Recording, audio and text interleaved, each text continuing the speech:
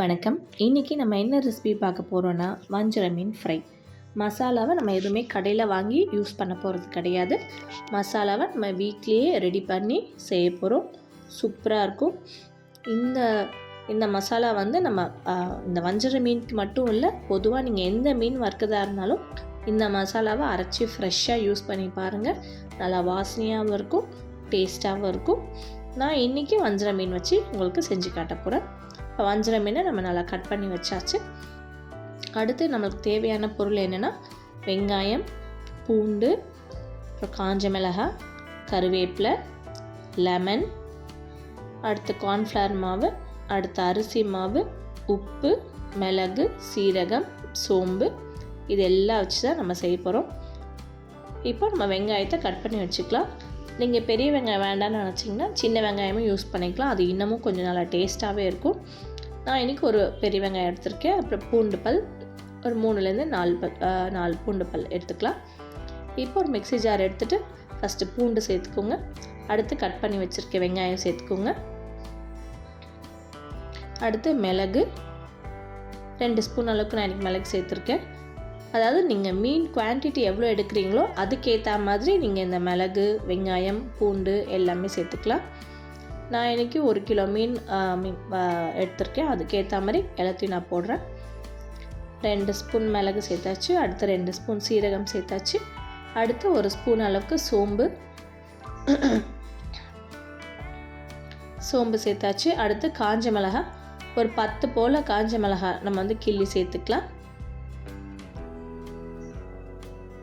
10 காஞ்ச மிளகாய். நீங்கள் அதிகமாக சேர்க்குறதா இருந்தால் மீன் அதிகமாக இருந்தால் அதுக்கேற்ற மாதிரி சேர்த்துக்கோங்க. அடுத்து கலருக்காக கொஞ்சம் காஷ்மீரி மிளகாவும் சேர்த்துருக்கேன். காஷ்மீரி மிளகாய் ரொம்ப காரம் இருக்காது, அது வந்து நம்மளுக்கு கொஞ்சம் நல்ல கலர் கொடுக்கும், அதுக்காக தான். அடுத்து மஞ்சள் தூள் 1/2 ஸ்பூன் அளவுக்கு மஞ்சள் தூள். அப்புறம் கருவேப்பிலை ஒரு 3 கொத்து அளவுக்கு கருவேப்பிலை சேர்த்துருக்கேன். கருவேப்பிலை சேர்த்துட்டு இது எல்லாமே நல்லா வாசனையாக இருக்குங்க. அடுத்து உப்பு சேர்த்துக்கோங்க. கருவேப்பிலை சேர்த்துக்கோங்க. சில பேர் சேர்க்க மாட்டீங்க. கருவேப்பிலை சேர்த்திங்கன்னா உங்களுக்கு அந்த ஃப்ளேவர் நல்லா இந்த மீன்குள்ளே இறங்கி நல்லா வாசனையாக இருக்கும். உப்பு சேர்த்துட்டு அடுத்து நம்ம வந்து கார்ன்ஃப்ளவர் மாவு சேர்த்துக்கலாம். இது எதுக்குன்னா இந்த வந்து பிரிஞ்சு வராமல் மசாலா வந்து அந்த மீனோடய ஒட்டி இருக்கும், அதுக்காக.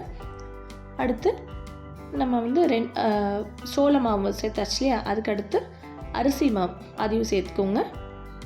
அடுத்து லெமன் வந்து ஒரு 1/2 லெமன் அளவுக்கு சேர்த்துக்கோங்க.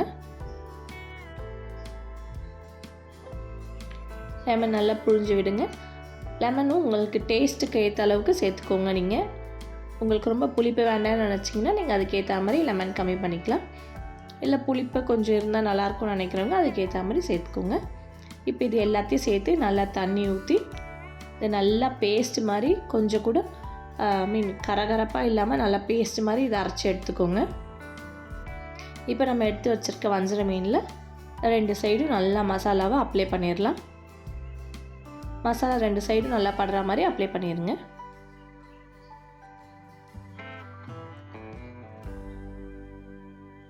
மசாலா வந்து கொஞ்சம் தின்னாக கொடுக்கணும். ரொம்ப நீங்கள் நிறைய எடுத்து அப்ளை பண்ணிட்டீங்கனாலும் அது வந்து ரொம்ப காரமாக இருக்கும்.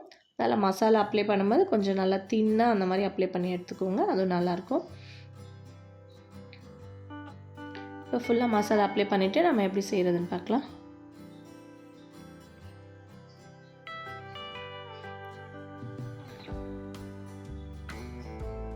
இப்போ பார்த்திங்களா, நம்ம நல்லா மசாலா 2 சைடும் அப்ளை பண்ணி சூப்பராக கோட் பண்ணி வச்சாச்சு. இப்போ ஒரு தவா வச்சுட்டு அதில் நம்ம தேவையான அளவுக்கு எண்ணெய் சேர்த்துட்டு நம்ம மசாலா தடவி வச்ச மீன் இதில் போட்டு பொரிச்சு எடுத்துக்கலாம். இந்த மசாலா நம்ம தடவி நம்ம ஒரு பாக்ஸில் போட்டு ஃப்ரிட்ஜில் ஸ்டோர் பண்ணி வச்சிடலாம். அதுவும் ரொம்ப நாள் வரைக்கும் ஒரு 2-3 டேஸ் வரைக்கும் நம்ம யூஸ் பண்ணிக்கலாம். மசாலா அப்ளை பண்ணாமல் நீங்கள் மீனை ஸ்டோர் பண்ணுறதை விட மசாலா இந்த மாதிரி போட்டுட்டு அதுக்கப்புறம் ஃப்ரிட்ஜில் வச்சிட்டிங்கன்னா நல்லாயிருக்கும். அது மீன் கெட்டு போகாது, அந்த உப்பு காரம்லாம் ஏறி. இப்போ நம்ம ஒரு சைடு நல்லா ரோஸ்ட் ஆனதும் இன்னொரு சைடு மெதுவாக திருப்பி விடுங்க.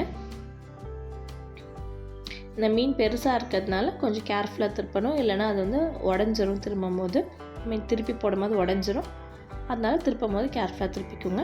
இப்போ 2 சைடு நல்லா மீன் வெந்ததும் இல்லை கொஞ்சமாக ஒரு கொத்து கருவேப்பிலை மேலே வச்சிங்கன்னா நல்லா வாசனையாக இருக்கும். சூப்பரான வஞ்சர மீன் ஃப்ரை ரெடி ஆயிடுச்சு. கண்டிப்பாக ட்ரை பண்ணி பாருங்கள். ட்ரை பண்ணி பார்த்துட்டு எப்படி இருக்குன்னு நம்ம கமெண்ட்டில் சொல்லுங்கள். இது வஞ்சர மீன் மட்டும் இல்லை, நீங்கள் எந்த மீன் வச்சு வேணாலும் இதை ட்ரை பண்ணி பார்க்கலாம். இந்த ரெசிபி பிடிச்சா மறக்காம நம்ம சேனலுக்கு சப்ஸ்கிரைப் பண்ணிடுங்க.